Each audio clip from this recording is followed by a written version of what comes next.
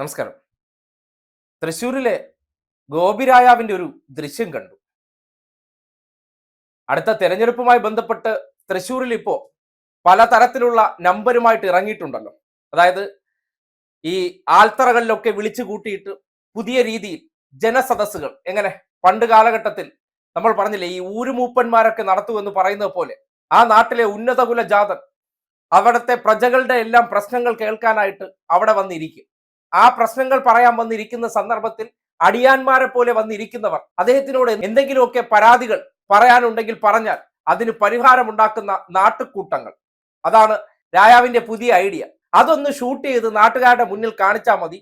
ഞാൻ എൻ്റെ രാജാവ് കഥാപാത്രം വിദഗ്ധമായിട്ട് അഭിനയിച്ച് കാണിക്കും. അത് കാണിച്ചിട്ട് നിങ്ങൾ വാങ്ങിച്ചിരിക്കുന്ന പൈസയ്ക്ക് എനിക്ക് നല്ല PR പണി ചെയ്തു തരണം. അപ്പോഴാണ് ഒരു സാധാരണക്കാരനായിട്ടുള്ള മനുഷ്യൻ ഇത് ഒരു ഷൂട്ടിംഗ് ആണെന്നോ, രാജാവ് നടത്തിക്കൊണ്ടിരിക്കുന്ന ഷൂട്ടിങ്ങിൽ അതിൽ യാഥാർത്ഥ്യവുമായി ഒരു പുലബന്ധവുമില്ല, അങ്ങനെ ഒന്നും ചോദിക്കാൻ പാടില്ല. കുറെ സ്ക്രിപ്റ്റ് ഇട്ട് കുറച്ച് ആൾക്കാരെ, സംഘീയ അടിമകളെ അവിടെ ഇരുത്തിയിട്ട് അവരെ കൊണ്ട് കുറെ ഡയലോഗ് അടിപ്പിച്ച് അത് ഷൂട്ട് ചെയ്ത് പുറത്തേക്ക് പ്രചരിപ്പിക്കണം. അപ്പോഴാണ് ഇതൊന്നും അറിയാതെ അവരുടെ നാട്ടിലെ MP ആണ്, ജനപ്രതിനിധിയാണ്, ഇന്നലകളിൽ വോട്ട് ചെയ്തതാണ്, നന്മ മരമാണ്, പാവങ്ങളെ കണ്ടു കഴിഞ്ഞാൽ അവരുടെ പ്രശ്നം കേട്ട് കഴിഞ്ഞാൽ പിന്നെ ഉടുതുണി വേണമെങ്കിൽ ഊരി കൊടുക്കുന്ന വിശാല മനസ്കതയുള്ള വ്യക്തിയാണ്. നോക്കിയേ,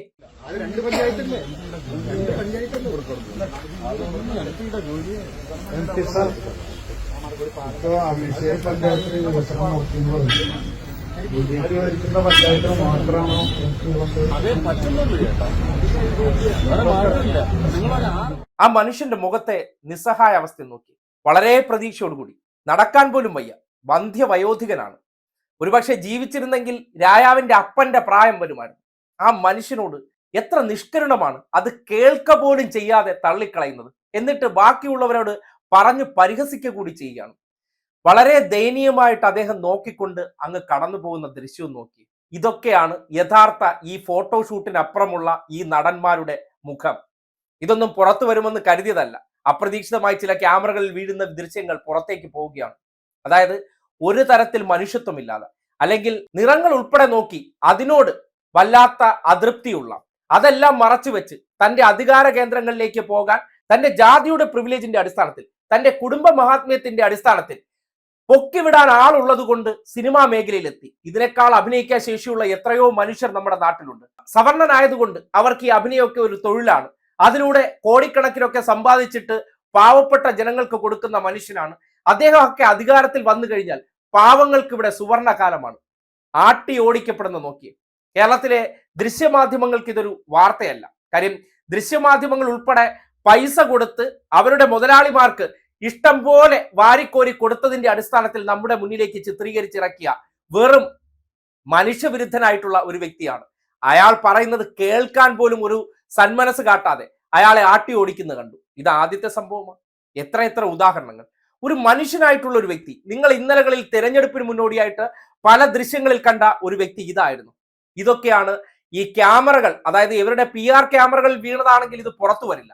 ഇത് മറ്റാരുടെയോ അവിടെ നിന്ന് ഒരാളുടെ ക്യാമറയിൽ ചിത്രീകരിക്കുകയാണ്. ദേ ഒരു മനുഷ്യൻ വരുന്നു, ഇപ്പൊ നന്മ മരം അങ്ങ് പൂത്തിറങ്ങുമെന്നാണ് വിചാരിച്ചത്. ആ മനുഷ്യന്റെ ദയനീയമായ നോട്ടത്തോടെ വേച്ച് കടന്നു പോകുന്നു നോക്കി.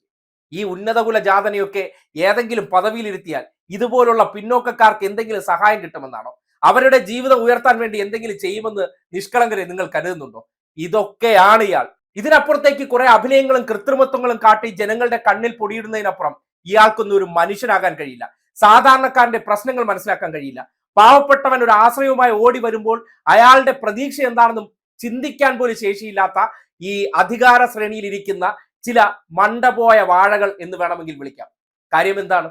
വളർന്ന സാഹചര്യം അതാണ്. അതായത് ഇല്ലായ്മ എന്തെന്നോ, അല്ലെങ്കിൽ അല്ലൽ എന്തെന്നോ, അല്ലെങ്കിൽ ഇതുപോലുള്ള മനുഷ്യരുടെ പ്രശ്നങ്ങൾ കേട്ടാൽ ആ നീറുന്ന പ്രശ്നങ്ങളെ കുറിച്ച് ചിന്തിക്കാൻ ആദ്യം വേണ്ടത് വകതിരിവും തലയ്ക്കകത്ത് ആളുതാമസമാണ്. ഇതൊന്നും ഇല്ലാതെ പുട്ടിയിട്ട് പുറത്തിറക്കി നിർത്തിയിരിക്കുന്ന ഒരു 916 വാഴ. അതുകൊണ്ടാണ് ഒരു പാവപ്പെട്ടവൻ ഈ ദുരനുഭവം നേരിടേണ്ടി വന്നത്. കേരളത്തിൽ അത് ചർച്ചയാകാതെ പോകുന്നത് ഒരു ഉന്നതകുല ജാതനായതുകൊണ്ടാണ്. കേരളത്തിലെ മാധ്യമങ്ങളിൽ നിയന്ത്രിക്കപ്പെടുന്ന അതേ ഉന്നതകുല ജാതന്മാർ ഇത്തരം കാര്യങ്ങളെ പുറത്തു കാട്ടില്ല. അവരെ സംബന്ധിക്കുന്നിടത്തോളം പിന്നോക്കക്കാരനായിട്ടുള്ള ഒരു വ്യക്തി കേരളത്തിന്റെ മുഖ്യമന്ത്രി ആയിരിക്കുമ്പോൾ അയാൾ നോക്കിയാൽ കുറ്റം, അയാൾ തൊടുന്നതെല്ലാം കുറ്റം. കാര്യം എന്താണ്? അയാൾ ഒരു പിന്നോക്കക്കാരനാണ്. സവർണനായിട്ടുള്ള മാടമ്പിമാർ ഇതൊക്കെ ചെയ്താൽ നമ്മൾ ഇതൊക്കെ കണ്ടിട്ട് അതിനൊന്നും കാര്യമാക്കണ്ട, അവർക്ക് അതൊക്കെ ചെയ്യാം. അവരൊക്കെ കുടുംബത്തിൽ പറഞ്ഞവരല്ലേ. ഇതാണ് ഈ നാട്ടിൽ നടത്തിക്കൊണ്ടിരിക്കുന്ന രാഷ്ട്രീയമായിട്ടുള്ള വേർതിരിവെന്ന് നാട്ടുകാർ മനസ്സിലാക്കേണ്ടതുണ്ട്. ഇല്ലാത്തതുണ്ട് എന്ന് വരുത്തി തീർത്തുകൊണ്ട് പാവങ്ങളെപ്പോലും നിർദാക്ഷിണ്യം കൈയൊഴിയുന്ന അവരെ ആട്ടി ഓടിക്കുന്ന ഈ മനോഭാവങ്ങൾ രാഷ്ട്രീയത്തിൽ വേണമോ ഇല്ലയോ എന്ന് ഈ വൈകിയ വേളയിലെങ്കിലും നിങ്ങൾ ചിന്തിക്കണമെന്ന് മാത്രമേ അഭ്യർത്ഥിക്കാനുള്ളൂ.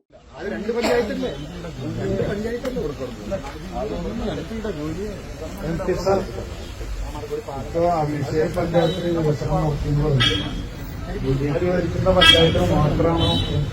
അതേ പറ്റുന്നുള്ളൂ ചേട്ടാ, വേറെ മാർഗമില്ല. നിങ്ങളൊരു